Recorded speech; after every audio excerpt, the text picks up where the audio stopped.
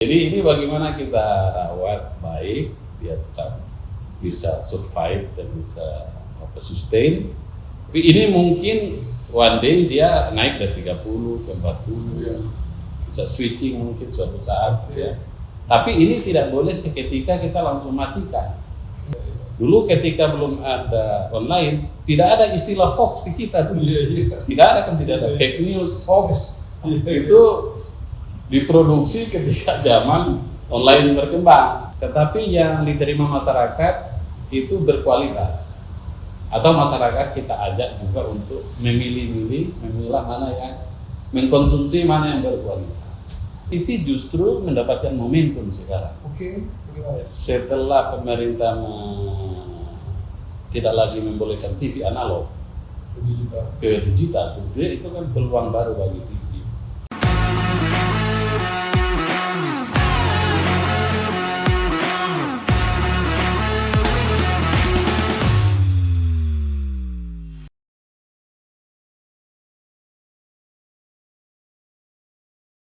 Halo sahabat Tuki, bagaimana kabarnya hari ini?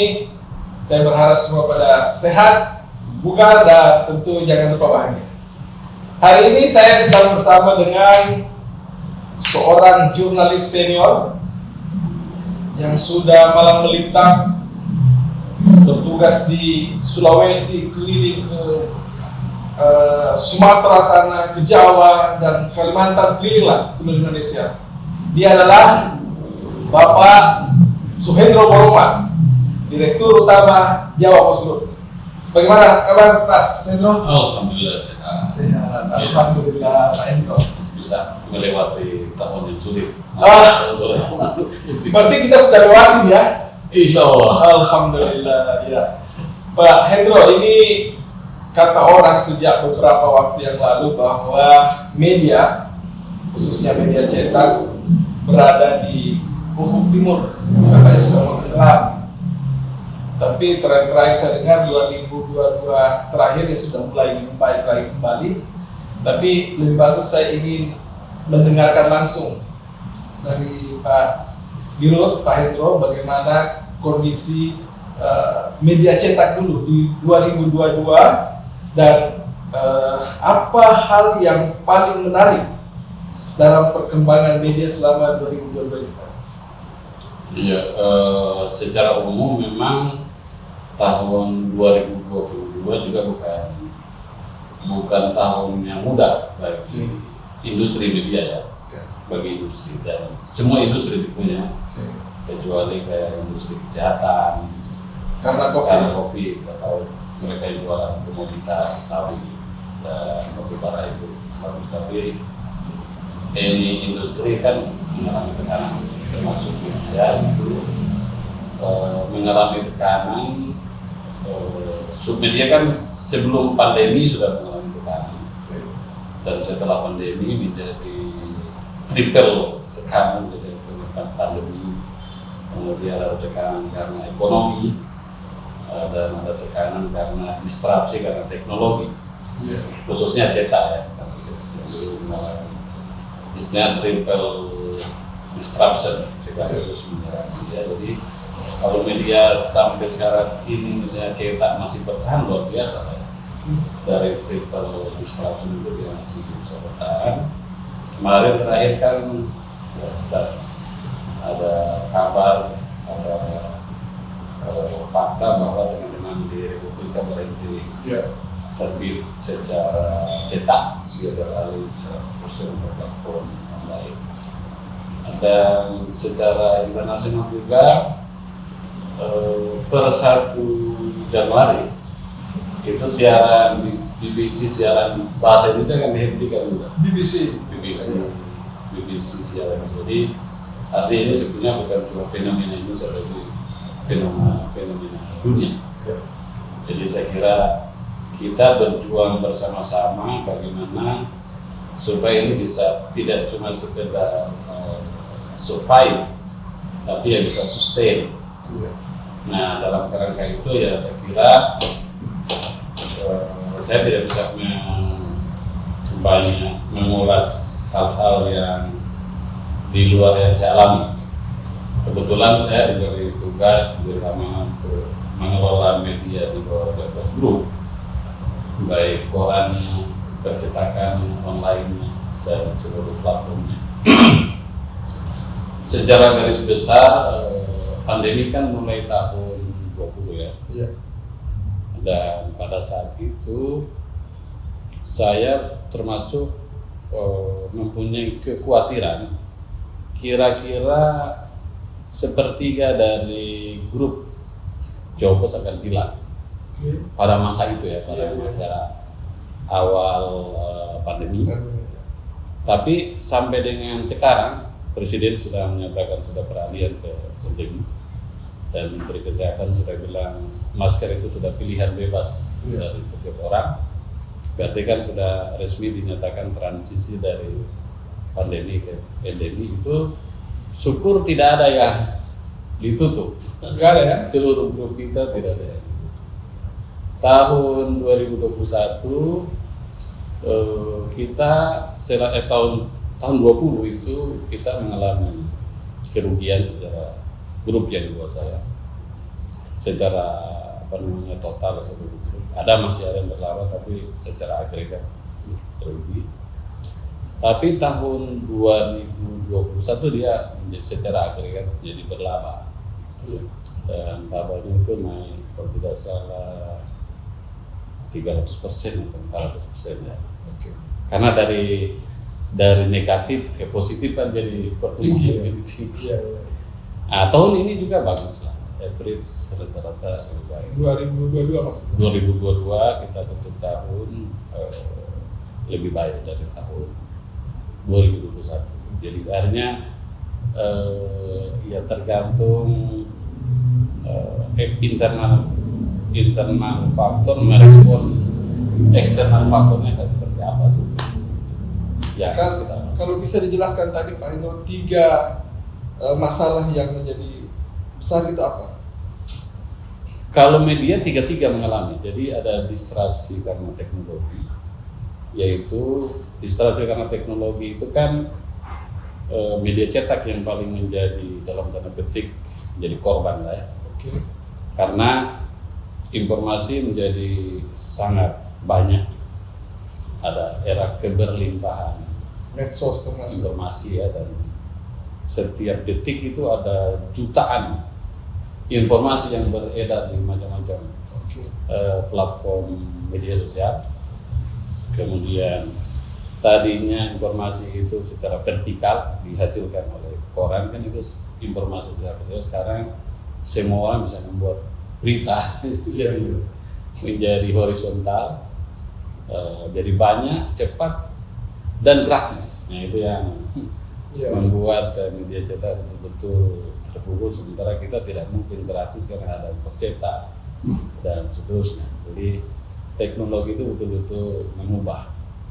Yang kedua, kita kan beberapa tahun terakhir juga ekonomi tidak secara internasional bisa domestik, ekonomi tetap bertumbuh, tetapi di dulunya sektor-sektor yang berbelanja iklan itu kan ada pengalihan, baik pengalihan ke platform lain maupun pengalihan alokasi untuk belanja iklan.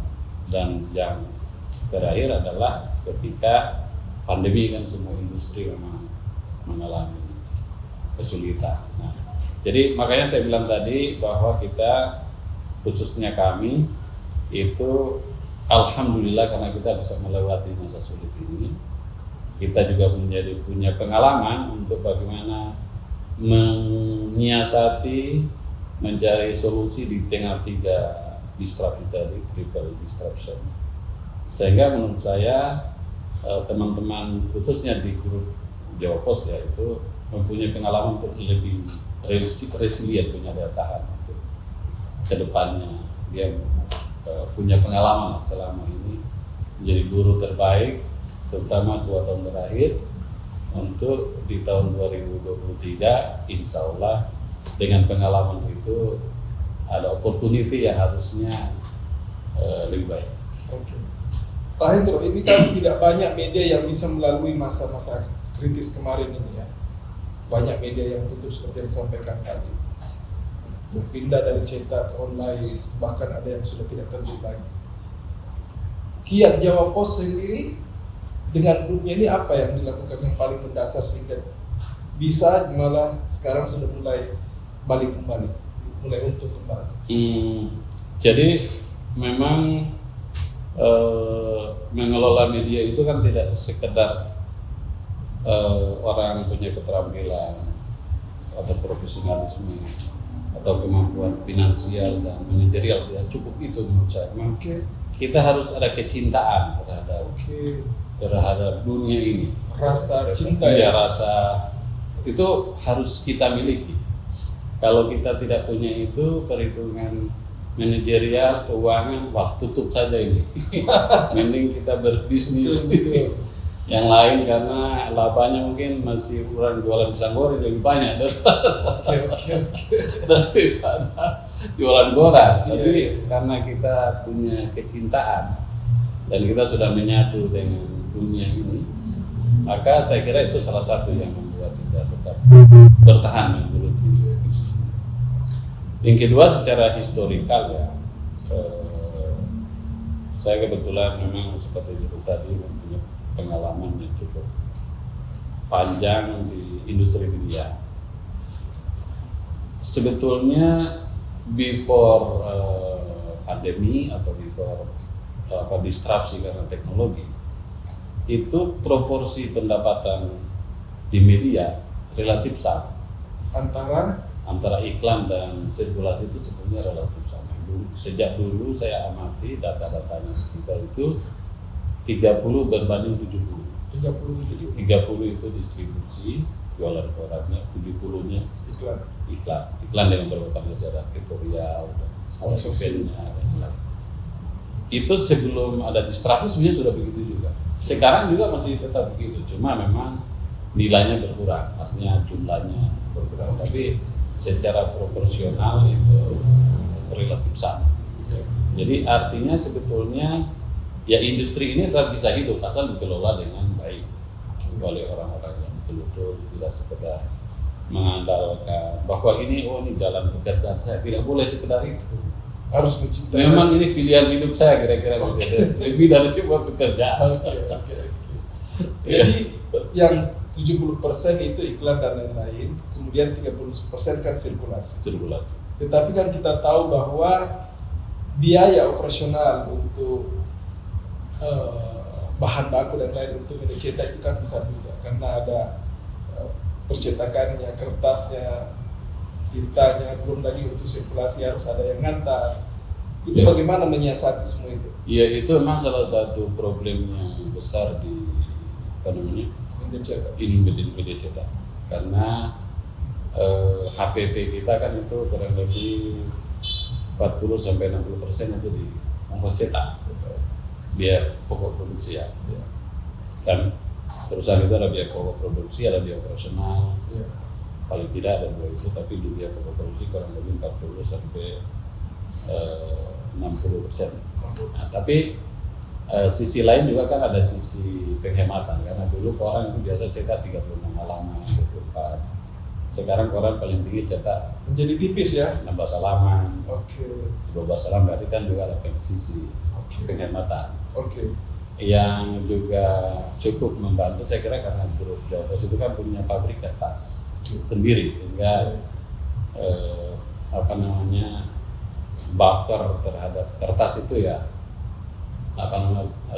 ketahanan kertasnya ya bisa dari internal grup, kita tidak membeli dari luar grup, sehingga mungkin ini juga berbeda ya dengan media cetak yang lain yang mereka membeli kertas dari pabrik lain, dari tempat lain, sehingga dia kalau memang kertasnya naik dan ditekan oleh biaya-biaya lain yang naik, ya dia tidak ada pilihan. Kita kan masih ada pilihan untuk kita sesama grup, dan memang karena kita di industri ini sudah sangat lama, sehingga kita punya cara untuk mempelajari, kita punya pengalaman untuk item-item mana yang bisa di-reduce biayanya. Jadi proporsinya 40%, tapi nilainya juga perlu kira-kira gitu. Jadi disesuaikan dengan kondisinya. Iya, sesuaikan dengan kondisi. Pak Hendro, ini soal media cetak. Hampir semua sekarang memiliki media online. Dan pelan-pelan kelihatannya banyak media cetak yang beralih ke media online. Apakah di Jawa Pos melakukan program yang sama, akan mengalihkan atau tetap akan ada dua berjalan bersama-sama? Saya mulai dulu dari Ya. apa yang disebut sebetulnya sebagai distraksi. Ya. Distraksi itu kan kurang lebih artinya merusak. Oke. Jadi ada barang A, barang baru B, yang B ini merusak yang lama. Oke. Sekarang kita lihat kenyataan di berbagai tempat di media kita. Saya bicara di grup kita. Ini koran, ini online dan berbagai macam varian. Tetap faktanya kita sekarang ini dominan revenue-nya dari sini, Dari cetak. dari tetap masih dicetak. Ini membantu. Oke. Tapi dia proporsinya ya kira-kira 70-30 lah. Tetapi dalam kenyataannya memang kalau tidak ada online kita juga sulit mendapatkan yang 70 di sini. Oke. Sehingga dia memang harus berbarengan, harus berdampingan, harus ada ini. Konvergensi itu. Iya, konvergensinya memang sehingga dari single platform ini harus multi platform. Saling mendukung. Sehingga kita memang di grup kita strategi pengembangannya ya multi platform. Tetapi tetap masih 70 di cetak. Ya, gitu ya, artinya kalau ya itulah distraksi itu sekali lagi ada yang lama, ada yang baru, yang baru ini merusak yang lama. Nah, kalau dia di sini 70 terus ini cuma 30, masa yang 70 kita korbankan? Tidak rasional. Begitu. Iya. Jadi ini bagaimana kita rawat baik, dia tetap bisa survive dan bisa sustain. Tapi ini mungkin one day dia naik dari 30 ke 40, Iya. bisa switching mungkin suatu saat. Iya. Ya. Tapi ini tidak boleh seketika kita langsung matikan. Kalau kita matikan, banyak problemnya. Betul. Satu, kita kehilangan pendapatan yang kira-kira 60-70%. Kedua kan ada urusan tenaga kerja, ada urusan macam-macam lah. Oke. Di situ ya panjang, sehingga di kami bagaimana dua-dua ini bisa berjalan, bertransformasi. Jadi industri media itu sebaiknya kan bertransformasi secara sehat. Iya. Itu satu, itu dari sisi bisnisnya ya. Yang kedua, dari sisi bagaimana menjaga jurnalisme itu tetap sehat dan berkualitas. Sebab online itu sekarang kan dibilang-bilang di Indonesia online itu ada 40 ribuan di seluruh Indonesia. Mungkin di Sulawesi Selatan saja ada berapa puluh ribu. Ya. Yang orang tidak berpikir tentang kualitas dan profesionalisme tidak memikirkan. Yang penting clickbait siapa ya, berita mana yang paling banyak diklik, ya itu yang ya. Sementara kita sebagai sebuah negara demokrasi itu memang harus menjaga martabat jurnalisme, karena martabat jurnalisme itulah yang menjadi salah satu pilar yang bisa menjaga kualitas demokrasi. Pilar keempat katanya. Pilar keempat. Iya. Jadi menurut saya orang-orang yang bekerja di media tidak boleh juga terlalu terpukau kemudian melupakan itu. Karena kalau tidak ada orang yang memikirkan dan berdedikasi untuk itu, sebetulnya dalam jangka menengah dan jangka panjang itu industri ini akan mati. Karena orang tidak lagi menghargai jurnalisme sebagai karya yang baik, yang bisa menjaga nilai-nilai demokrasi, kebaikan, kejujuran dan kebenaran di tengah-tengah masyarakat. Orang lebih percaya hoax. Sudah hoax itu kan, ya mohon maaf, paling banyak diproduksi oleh media online. Dulu ketika belum ada online, tidak ada istilah hoax di kita dulu. Tidak ada fake news, hoax. Itu diproduksi ketika zaman online berkembang.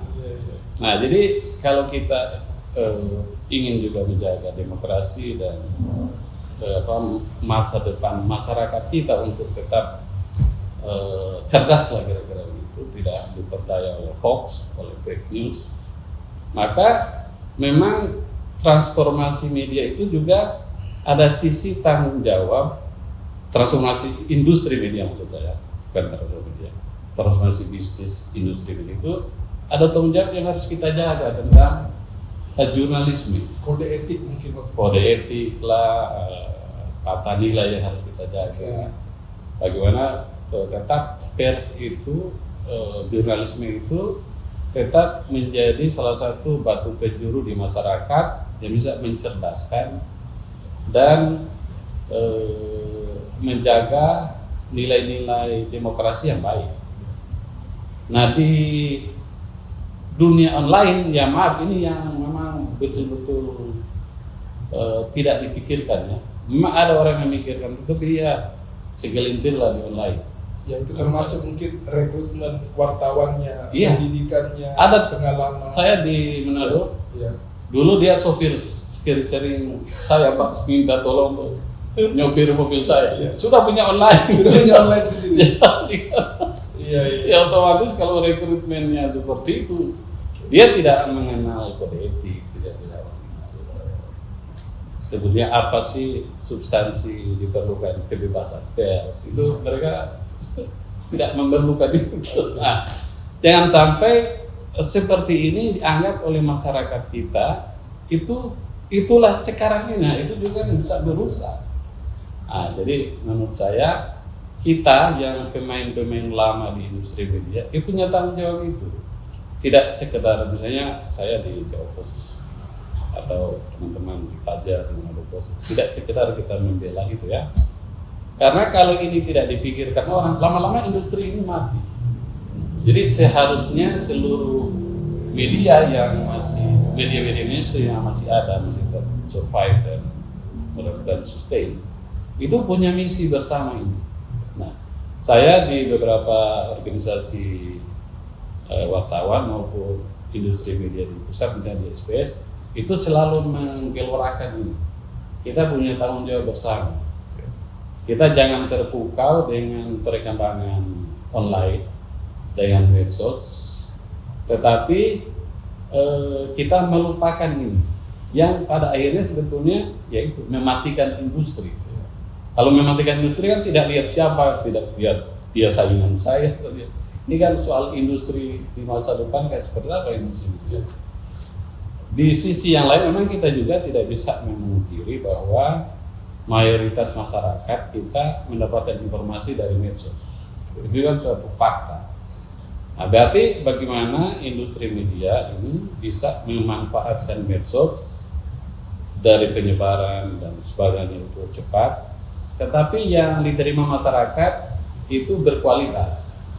Atau masyarakat kita ajak juga untuk memilih-milih, memilah mana yang mengkonsumsi, mana yang berkualitas.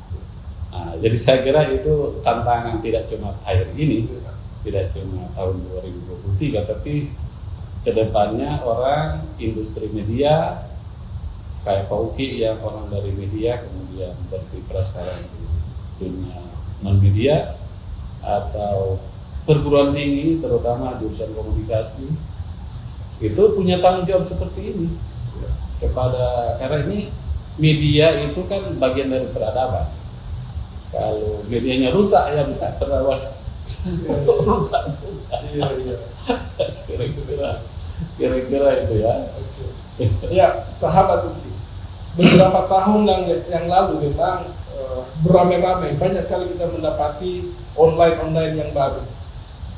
Semua orang sepertinya ingin membuat media sendiri. Dan kata orang juga bahwa pada akhirnya media ini karena modal utamanya adalah kepercayaan, maka satu persatu media banyak yang tidak dibaca akhirnya tutup sendiri. Nah, Pak Hendro, kita mau tahu ini bagaimana organisasi media, baik itu SPS, mungkin organisasi jurnalis ya, apakah itu PWI, AJI dan lain-lain, itu bagaimana membina dan bagaimana mereka bisa memberikan izin misalnya, termasuk Dewan Pers misalnya memberikan izin untuk media-media yang baru berdiri. Iya. Dalam kerangka tanggung jawab tadi Iya. ya, yang kita bahas tadi. Iya. Jadi sebetulnya Dewan Pers dan konstituen Dewan Pers itu sudah ada Piagam Palembang. Kalau kita belajar ada Piagam Palembang. Kira-kira sebelum Piagam Palembang itu suasananya adalah kita ingin menertibkan pers yang abal-abal, pers yang asal-asalan begitu saja. Dan orang mendirikan media dengan instan dan dengan tujuan tertentu, entah politik, entah ekonomi, entah apapun. Itu suasananya sudah seperti itu, sehingga kemudian ada Piagam Palembang sepakati oleh seluruh konstituen Dewan Pers. Konstituen Dewan Pers ada PBI, ada AJI, JTI, televisinya, SPS-nya, PRS yang asosiasi radionya, semua lah di situ memberi mandat kepada Dewan Pers untuk melakukan dua hal, ada tiga hal sebetulnya: kompetensi wartawan, kompetensi perusahaan wartawan, dan standar etik. Kalau tidak salah tiga itu. Nah, kompetensi wartawan itulah kemudian melahirkan UKW. UKW itu kan dari situ itu. Pelatihan. Tidak, UKW itu setiap wartawan harus melalui uji kompetensi wartawan. Ada UKW muda, madya, dan utama. Pemret misalnya harus UKW utama.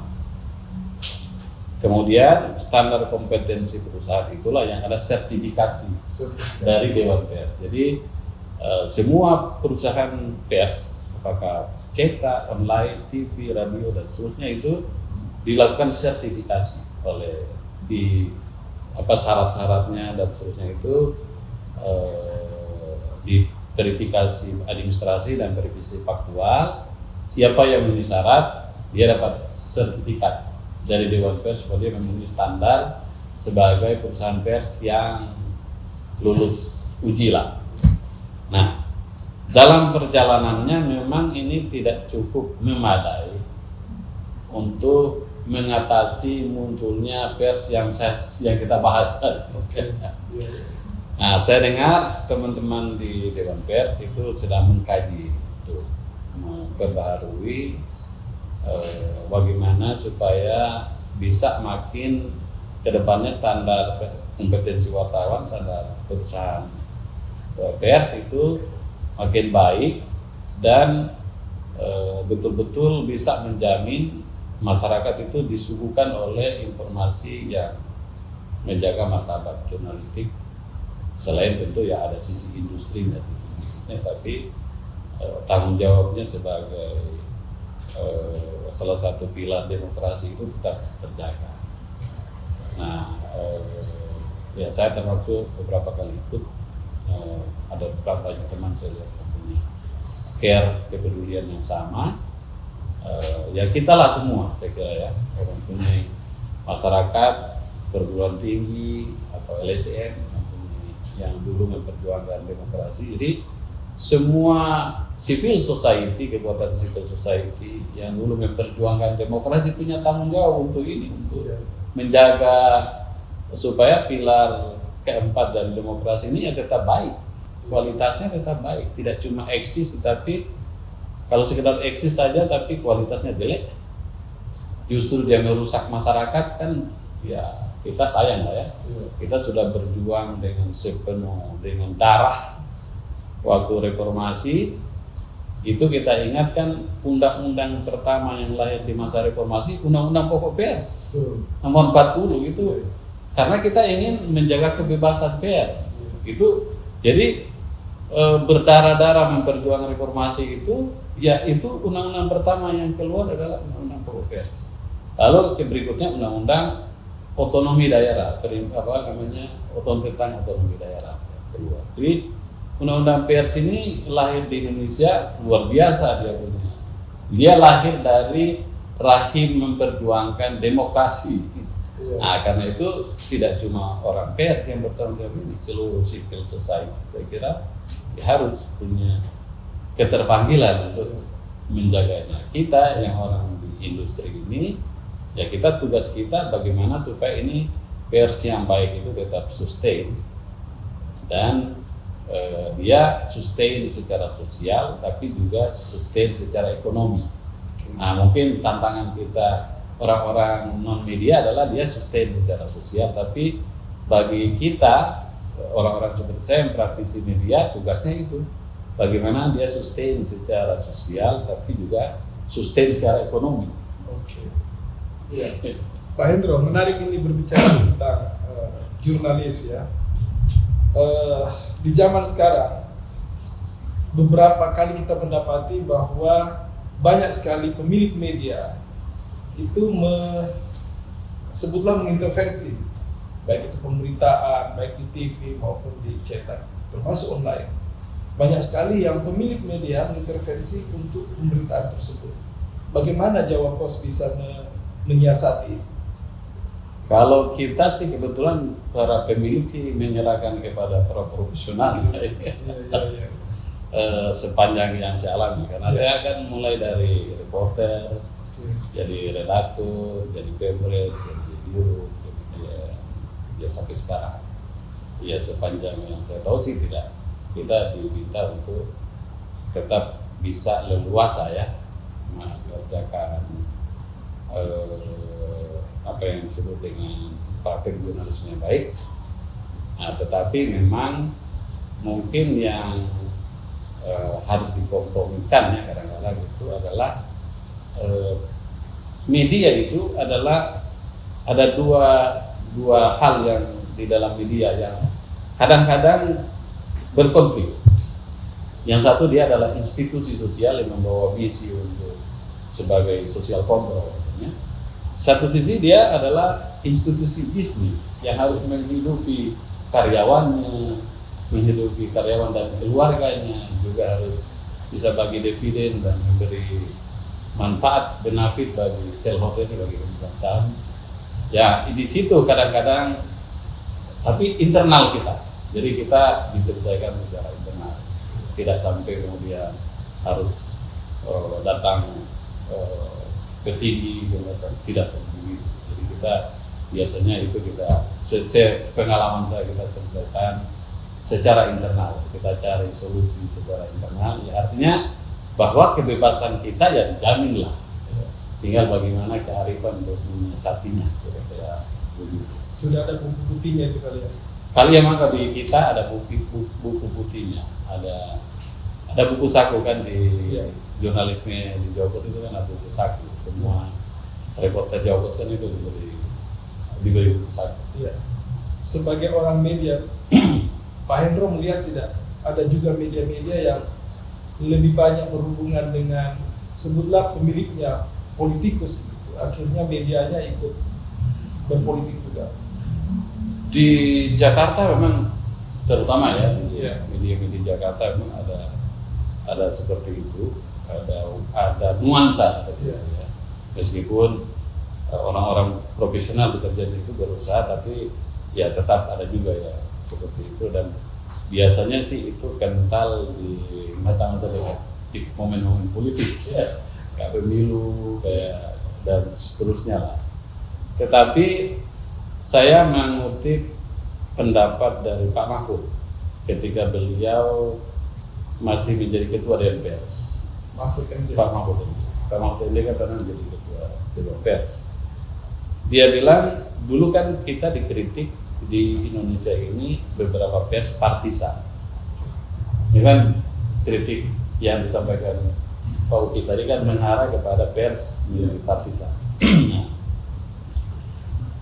Pak Mahfud bilang pada waktu itu, kalau saya tidak salah ingat, tidak bisa dikatakan pers di Indonesia partisan, karena yang satu ini media A, misalnya dia sebut saja partisan kepada si C, tapi ada B yang tidak partisan ke si B, dia tidak partisan ke C, dia partisan ke tempat lain.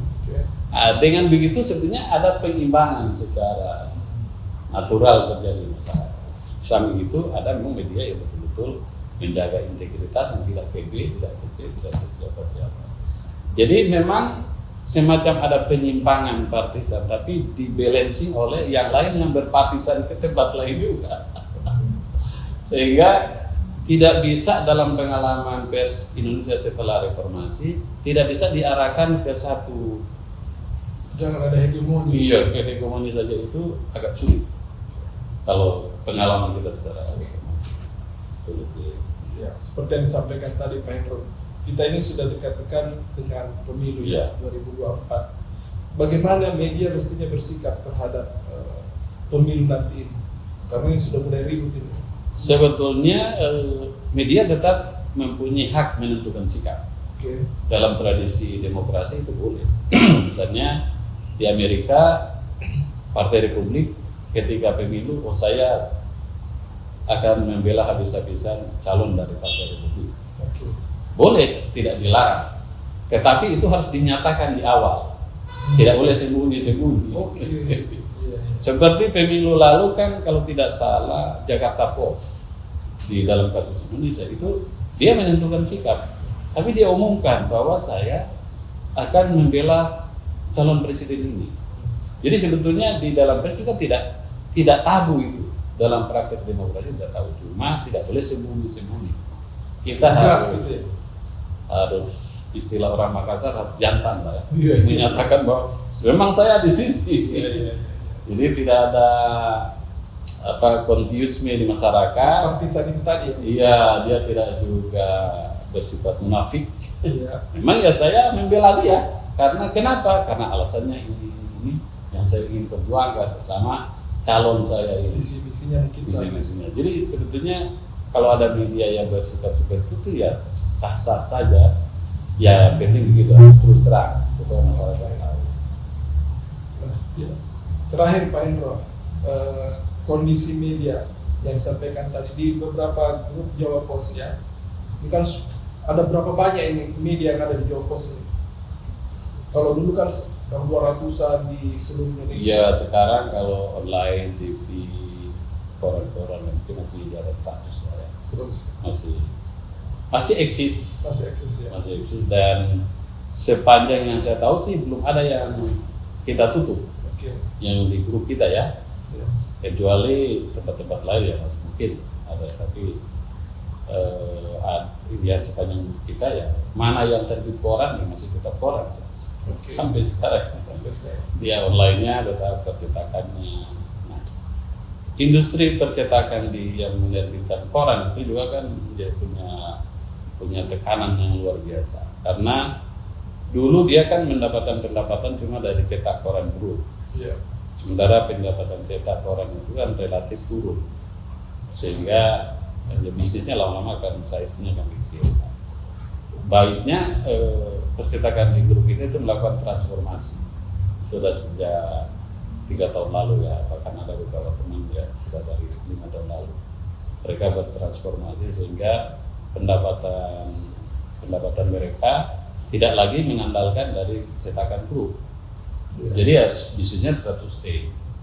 Ada yang kayak Tembrina Jakarta itu di Surabaya di Jakarta mereka cetak Al-Quran, cetak bertransformasi cetak packaging dan lain-lain sehingga dia tidak lagi mengandalkan itu. Ya, saya kira pelajarannya adalah kalau ini memang betul-betul digeluti dengan kecintaan lah ya pasti setiap kesulitan ada jalan keluar. Jadi tadi Pak Hendro media cetak dan online ya. Bagaimana dengan TV dan radio? Apa juga ikut dikembangkan terus oleh Jawa Pos?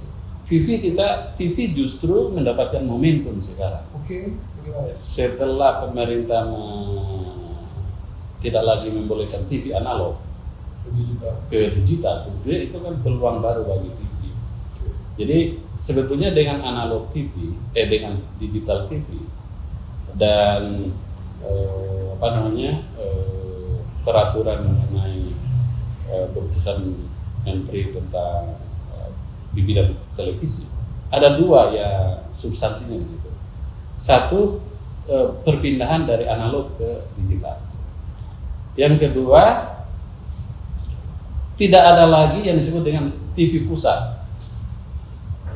Tidak ada lagi. Semua TV itu sama rata di seluruh daerah. TV di Makassar dan TV di Jakarta posisinya secara de jure sama. Sudah sama dia. TV Jakarta oleh regulasi kita, kalau dia ingin bersiaran di Makassar, dia harus juga punya perusahaan TV di sini di Makassar, atau dia join dengan perusahaan TV yang sudah eksis di Makassar. Jadi artinya di era digital, TV Jakarta harus bikin stasiun TV di seluruh Indonesia baru dia bisa menyebut diri sebagai TV nasional, coverage nasional. Nah, kita TV di grup kita kebetulan memang dibuat di daerah-daerah, tidak sentralisasi. Kita dari awal kan memang pejuang dan pempraktek otonomi dari dulu desentralisasi. Nah, jadi begitu dibuat digital, ya TV kita berdiri sama tinggi sama rendah dengan TV itu harus kerjasama. Dan begitu digital, kualitas tayangan TV menjadi sama. Istilahnya tidak ada lagi itu berpasir atau bersih ya. Sudah bersih sama. Sekarang sudah digital. Nah, jadi sebetulnya ini momentum bagi TV di daerah yang terutama TV yang berjaringan. Nah, itu bagaimana mereka memanfaatkan momentum itu. Yang kedua, itu langsung ada pengaruhnya. Jadi Nielsen misalnya yang menjadi acuan dari marketing bisnis termasuk marketing iklan, itu tadinya kan hanya beberapa kota yang menjadi kota Nielsen. Jakarta, Bandung, Surabaya, Medan, Palembang, Banjarmasin, Makassar. Cuma itu kan kota Nielsen. Sekarang begitu sudah digital ini tidak relevan lagi ini. Bagi survei tidak relevan karena kan menjadi sama. Jadi dia harus mengcover lebih banyak kota. Sehingga ya kayak misalnya yang tadinya Papua yang tidak didatangi Nielsen, dia harus datangi. Atau Manado yang tadinya tidak ada Nielsen, sekarang harus ke sana untuk menggambarkan kira-kira tren marketing itu seperti apa. Jadi sebetulnya digitalisasi televisi itu momentum bagi TV sekarang. Iya, Pak Hendro, kita tahu betul bahwa Japos ini ada di seluruh Indonesia, bahkan sampai ke kabupaten ya. Iya. Tentu punya sumber daya manusia yang cukup banyak, cukup besar. Kita ingin tahu juga bagaimana sebenarnya Jawa Pos melihat sumber daya manusia bagi sebuah perusahaan. Iya, memang beberapa tahun terakhir ada keluhan terhadap minat orang masuk jadi wartawan. Ya. Tidak cuma jadi wartawan, tapi saya kira beberapa jurusan komunikasi di beberapa universitas punya keluhan yang sama. Itu jurusan komunikasi menjadi kurang diminati dibandingkan dengan konten kreatif. Karena konten kreatif yang banyak peminatnya di jurusan komunikasi. Ya, tetapi saya kira karena kita sudah punya pengalaman cukup panjang ya kita mempunyai cara untuk keluar dari situasi. Teman-teman misalnya di Surabaya itu melakukan rekrutmen tetap banyak peminat yang datang. Di beberapa tempat juga tetap bisa mendatangkan meregenerasi wartawan. Ya. Ada saya contoh di sini di Radar Selatan, Radar Bulukumba, tepatnya dulu. Itu waktu saya datang karyawannya itu paling banyak itu range-nya 35 tahun ke bawah. Sebuah koran di kabupaten, kan gitu. Jadi artinya itu ekspektasi orang terhadap bekerja di industri media kan masih ada. Tinggal bagaimana kita, ya itu memang medianya sendiri ya harus bisa memberi manfaat bagi orang yang bekerja di situ. Jadi tidak cuma media, sebetulnya ada problem. Sekarang kan tren orang bekerja 4 bulan di sini, 6 bulan di sini, pindah lagi. Kan generasi milenial kan tidak mau stay di satu tempat bekerja. Sementara kita media itu kan harus stay memang di situ. Jadi meskipun ada banyak orang yang berminat jadi wartawan misalnya, kan harus juga menyesuaikan dengan pola orang yang suka pindah-pindah. Satu, kedua, Dulu kita jadi wartawan memang hampir dikata sepanjang hari 60%, 70% waktu kita memang di pekerjaan itu dan di kantor. Sekarang orang berkantor di mana-mana. Jadi ya tantangan kita bagaimana membuat newsroom yang baik, yang at home bagi relevan bagi. Saya beberapa newsroom yang saya lihat ya, teman-teman di Jawa Poskora misalnya itu newsroomnya itu kayak teater, dibuat kayak teater. Jadi itu kan buat kerasan mereka. Membuat mereka kerasan di situ. Nah, itu juga harus direspon. Kan respon terhadap itu membuat orang tetap suka bekerja di industri media dan dia senang lah karena tidak suasana kantoran kaku seperti zaman kita jadi reporter. Ini suasana yang sudah. Dulu kita bekerja tidak boleh ada musik.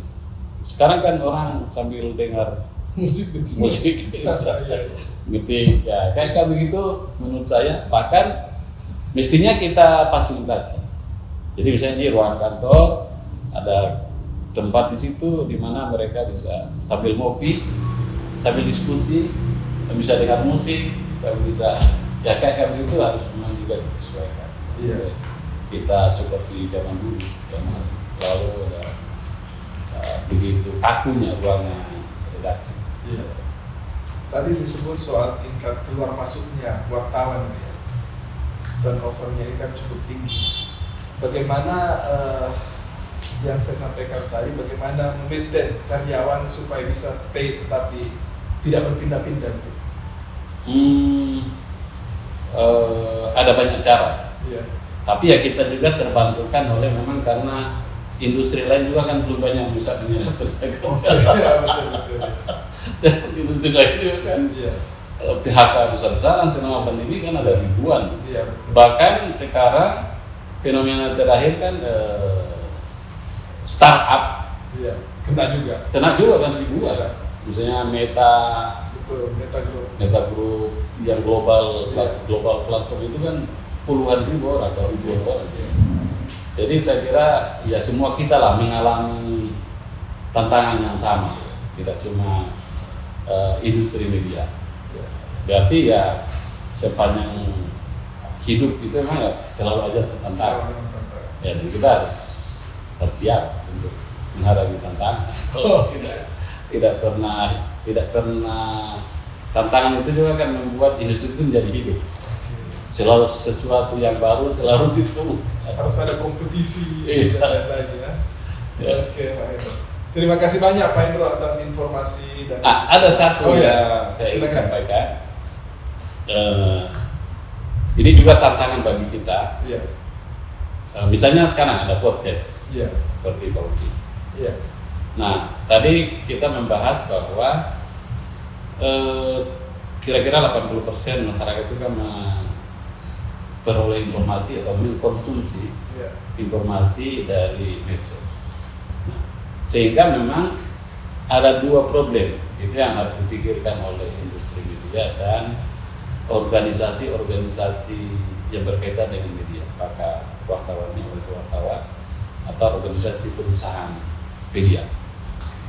Yang pertama, ke depan akan ada tren orang menjadi wartawan berprofesi seperti dokter. Bagaimana? Jadi menjadi profesi individu seperti lawyer begitu. Tidak membutuhkan perusahaan ya. Berarti tukang Uki sekarang bikin podcast. Tidak membutuhkan PT pers apa. Iya. Jadi tren itu juga sedang berkembang. Kayak Pak Akbar Faisal. Dia tidak menyebut sebagai perusahaan pers. Tapi sebetulnya pekerjaannya itu menghasilkan konten jurnalistik. Nah, problemnya adalah orang-orang yang tidak mempunyai latar belakang pers membuat podcast itu bisa berbahaya. Nah, kalau orang seperti Pak Uki, Pak Akbar, atau seperti Refli Harun dan banyak orang-orang yang bikin podcast itu kan mempunyai latar belakang pengetahuan tentang pers atau pernah menggeluti sehingga kita tidak mengkhawatirkan menjadi merusak seperti yang kita bahas tadi. Yang kedua, yang mereka yang berproduksi di channel medsos yang lain pakai di YouTube dan juga kan mereka sebetulnya memproduksi konten pers dan itu belum bisa dijangkau oleh undang-undang pers kita. Mereka tidak dikategorikan sebagai pers karena di undang-undang pokok pers harus berbadan hukum itu orang yang bisa bekerja di pers. Perusahaan pers itu harus berbadan hukum. Yang tidak berbadan hukum tidak bisa dikatakan sebagai pers. Jadi Pak Uki meskipun memproduksi podcast itu secara undang-undang pers tidak bisa dilindungi oleh undang-undang pers karena bukan secara sepanjang belum ada PT-nya. Belum ada, karena harus berbadan hukum. Dan harus berbadan hukum Indonesia, tidak boleh berbadan hukum luar negeri. Itu di Undang-Undang 40. Nah, tetapi kenyataannya orang-orang membuat podcast semakin banyak dan makin menjadi kayak kasus Sambo itu kan kita dapat banyak dari podcast, bukan dari media muslim. Kritik bagi kita juga, bagi kita. Nah, selain podcast kan banyak juga orang yang memproduksi. Nah, sehingga bagaimana yang saya bilang tadi itu tidak terwadahi oleh undang-undang pokok pers atau tidak terwadahi di organisasi pers, ini bisa kita kategorikan orang-orang seperti ini yang memenuhi syarat dia menghasilkan karya jurnalistik. Dan karena itu perlu ada perlindungan, ada syarat-syaratnya, dan ke depan harus seperti itu saya. Sehingga yang tadinya medsos cenderung liar itu menjadi juga, karena sekarang kan tidak ada alat dari organisasi dewan pers, dari organisasi pers dan perusahaan pers apapun yang bisa mengontrol medsos, tidak ada. Kita tidak punya tangan, cuma ada tangan negara melalui undang-undang UITE. Tapi kan UITE tidak melakukan edukasi, tidak melakukan sosialisasi, cuma punishment di situ. Sementara kan harusnya ada sisi edukasi supaya masyarakat yang menggunakan dan memproduksi segala sesuatu di medsos itu jadi pintar. Nah, sehingga saya kira bagaimana ke depan ini bisa terwadahi sehingga yang dihasilkan di medsos itu bagus dan juga mereka yang memproduksi karya jurnalistik di medsos juga bisa dilindungi oleh syarat-syarat normal seperti yang diatur dalam. Saya kira itu pekerjaan kita bersama ke depan. Ya, terima kasih Pak Hendro. Sahabat Uki, banyak yang sudah disampaikan Pak Hendro tadi dan mudah-mudahan ini menjadi pelajaran yang baik buat kita, khususnya teman-teman sahabat Uki yang bergelut di media. Sekarang seperti yang disampaikan tadi bahwa tidak betul nyatanya bahwa media cetak berada di ufuk timur, ufuk barat ya, mau tenggelam. Tidak seperti itu dan sekarang sudah mulai berbalik bahwa media cetak juga sudah mulai untung. Dan perkembangan media online yang mestinya juga punya lebih banyak bermain di kode etik. Karena banyak juga media online yang bisa berdiri tiba-tiba tadi disampaikan dari seorang sopir tembak itu tiba-tiba punya media sendiri. Nah ini juga bisa membuat kepercayaan orang terhadap media semakin berkurang. Untuk itu perlu juga organisasi media melihat itu dan mengawasi semua itu. Bagaimana kode etik itu bisa diterapkan. Saya kira demikian. Terima kasih Pak Hendro atas pertemuannya hari ini. Mudah-mudahan ke depan Jawa Post Group bisa semakin berkibar. Baik, terima kasih semua sahabat Uki. Siap. Terima kasih. Thank you. Mantap.